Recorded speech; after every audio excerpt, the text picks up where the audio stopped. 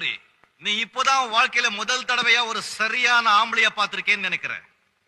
உன் காலு கிட்ட வீசின கத்திய உன் கழுத்துக்கு வீசுறதுக்கு எனக்கு ரொம்ப நேரம் ஆயிருக்காது. ஆனா ஒரு பொட்டச்சி ஆச்சேன்னு பாக்குறேன்.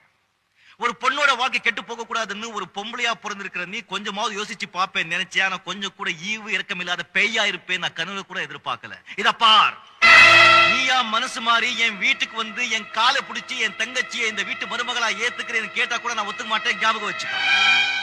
இன்னொன்னு, மறுபடியும் என்கிட்ட விளையாட நினைக்காத. பணம் இருக்கிறவங்க பழி வாங்குறதுக்கு பல விதங்க இருக்கு.